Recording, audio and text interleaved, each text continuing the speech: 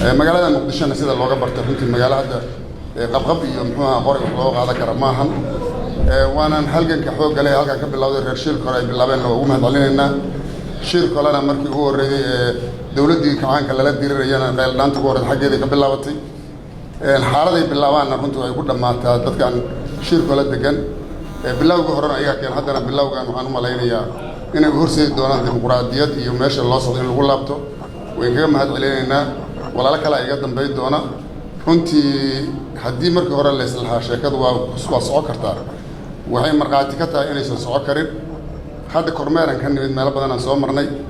magaalada aagag badan iyo muxuu ahaa meelo badan oo dhufaysay looga jiro iyo ciidamo badan oo runtii u diyaar garoobaya inay dimuqraadiyadda soo celiyaan yaan ku soo marnay kuwa badan oo hadda usii diyaar garoobayana waa runtii waa way jiraan intaan ognahay waddankan marka yaan muxuu ahaa la kala googooynin yaan ciidamada fursada laga saarin ciidamadana runtii waa uga mahadcelinaynaa xalay in intii la amray ay soo aadi diidaan inay walaalahoodii shalay ninkii jananka ahaa ee shalay u lafa dhabar adeegay inay dhahaan waa kusoo duulaynaa inay diidaanna ciidamada uga mahadcelinaynaa runtii ciidamadana waxaan is leeyahay sharciga qoftii sharci haystaa loo shaqeeyaa ee niman sharci haysan in loo shaqeeyo meesha kuma jirto marka aaday ugu mahadsan yihiin raggii xalay arrintaa ka istaagay walaalkay maxamed cabdullaahi waxaan leeyahay qaraabaan nahay qaraabanimada iyo ciidnimada iyo walaalnimada iyo waxa la isku yahay ha shaqeeyeen magaaladan sidii lagu soo dhaweey waad garan kartaa sidii muxuu ahaa habeen iyo maalin banaanka loogu taagnaa waad garan kartaa inaad ku sagootido xabad iyo beebe iyo dagaal runtii kaa filmayn ninkeedna ma tihid la taliyaashaada runtii halkaa ku wadana iga jooga dhaha adiguna runtii ha u soo laabo walaal ma aadan joogin marka magaaladan ka dhacay maanta meeshay joogto waa meel runtii dimuqraadiyadda hore looga socon karo intaasaan rabaa inaan ku soo koobo walaalaha kale iga dambayn doona aqligu ha shaqeeyo maalin soo qaadaan joognaa dalkay dadkan waa u ducaynaynaa in ilaahay muxuu ahaa meesha loo wado uusan aadin waa mahadsantahay walaal kale iga dambayn doona cabdullah arrintaas baarlamaanka iyo golaha shacabka iyo wixii soo baxay oo labadii sano ahay saadiq cumar xasan generaalkan kaga niyadnahay mana suurageli karto haddii wax la dheereeyana in fidna dhacayso dalku hallaabaadi ou sheegay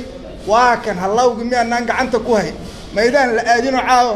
asbuuca ka soo wareegay manaan hallawgi gacanta ku hayn soomaaliya saadiqaan kaga ra'yinahay waa inay qof walba ogaato haddii nala soo qabalahay annagana ha nala soo jersho odagii saaxiibka ee maxaa cabdullaahi farmaajo saaxiibka ee xididka yahay dhegdheer iyo saadiq meel wax uga wada miis aniganii soo jeri horta taasi waa arrinta baarlamaanka waxaa ku soo xiga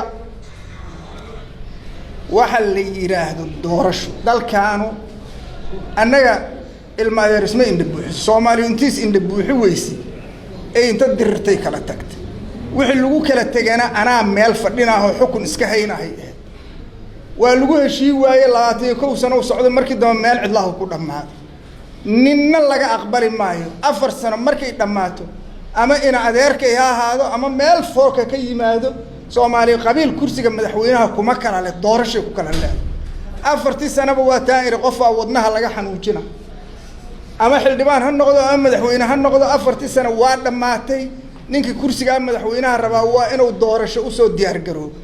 nin xoog ku haysan kara ee waliba dadka ku soo hujuumi kara habartiya adoogi ma dhalin dadkaanu wax kale ma yaqaanin qoraya yaqaanin qoragiyaan loo celinin 20 sano ka soo wacdinayno la naga daayo qoragii bilawgeedina hadda cawada faraha lagu hayaa hal laga leexdo taladaynu taas waa hadii laga leexan waayo nin hore odayaho oo ilaahay naxariis jannaha ka waraabshay ka hadla hadda ka hore hadii la leex hadii waxyaabaha qaar laga leexadiida waa la diriraahu meeshaan hadii dagaal yimaado wuxuu siday hadda yihiin ahamaaya hal laga duwo dalka dagaal waxaan maqlaay meelaha saraha la jabina sarahaanu sharaf iyo gobonnimo iyo waxay ku dhisan yihiin maahina kuma dhisna waa ku gumeysana hadii kala sarahaanka adumaha kuma dhisne wariyaan lagu qaldamin hadalada kasta soo raqiista waxaan rabaa inaan u sheego maxamed cabdullaahi farmaajo qof kale oo mas'uuliyadda la qaaday ma jirto kuwa ka hoos hadla ma naqaan annaga maxamed cabdullaahi farmaajo dalka doorasho lagu dhiibay tayndadi ku noqo taasaa lagu kala baxsan karaa qofka wax ku helay halkaa wax ku hel shalaba waa tii lagu sacbiyay markaa tayndada wax ka soo qaadatay haddana waa lagu sacbinaa laakiin qofka ra'yigayga ka soo horjeesata hal la soo xiro qofka ra'yi meeshaan waxaan idin sheegaa Soomaaliya maxkamada ma jiraan laba hal nima ay waxa ka soo baxay cabdirashiid janan inuu dambilay oo la soo qabanaa markii u dambeysay gabadha taliye xigeenka booliiska oo baafinaysa qoftii aragtaa ha soo sheegto iyadoo leh waxaa noogu xigta filla Soomaaliya soo ka dhex qudbayna oo aan dambi lahayn saas joo la soo qabanaa ninka leeyahay cabdirashiid janan waxa laga soo galbaa beled xaaw waa gedo waa heshiis dagaal dambe ka dhici ma anaa kala tagay inta laga ridaa miya wariya ka jooga waxaas war waxa laga joogo wallahi aysan ku dhaleyn iyo billahi ha laga joogo waxaan rabaa inaan u soo gudbo ciidamada xoogga dalka Soomaaliyeed iyo ciidamada qaybahooda kala duwan gaar ahaan kuwa nabad sugidda iyo kuwa booliiska haram cad leeyra waray dhageysta war ciidamadan meeshii laga keenay anigu oday soo joogaana waxaan soo joogay iyadoo askartu ay gaari gacan riixdaan soo joogay khasaaradii ugu badneed ciidamaday ku dhacday markii dalku burburay nololaa soo muuqata yaa sameeyay ciidamada diiwaankooda hadda ay haystaan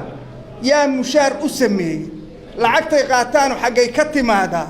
dadkay u shaqeeyaan yeeyihiin waray iswaraysta askaray waray saraakiilay jooga warwa nololaa hadda soo bilaabatay dalka aniga inaan askari booliis arko waxay mararka qaar iiga karaamo badneed wax kasta iiga karaamo badneed maanta qalbigayga waxa ku soo bilowday madmadow war jooga 20 sano kadib ciidamadu meel fiican ay u socdaan waa la dhisaa cadow way leeyihiin cadow uma tihidina dadka Soomaalida shacabka ah oo canshuurta lacagta la idin siiyo laga qaado dibadda lagama keeno lacagta la idin siiyo waxa baxsha dadka xamar degan dekada xamarayna ka soo dhex baxda hadday xiranto mushaar qaadamaysin wallahi maxamed cabdullaahi farmaajo idin siinay mushaar hadday xiranto he iska xirinina oo dagaal sokeey xamar ha ku dhex gelinina adinkana intaasan idin diraya waxaan rabaa inaan midda ugu dambaysoon uga baxayo ay noqoto dadka xamar degan war dadka xamar deganow meeshan dagaal ma yaalo yaa ku dir xamar oo guriyaha xamar jajabshay waxay u baahan tahay in dib loo fiiriyo guriyaha xamar adinka jajabshay shalay dagaal sokeeyad ku jajabiseen dagaal sokeeyana ma jiro siyaasada jirta siyaasadda doorashooyinka taageera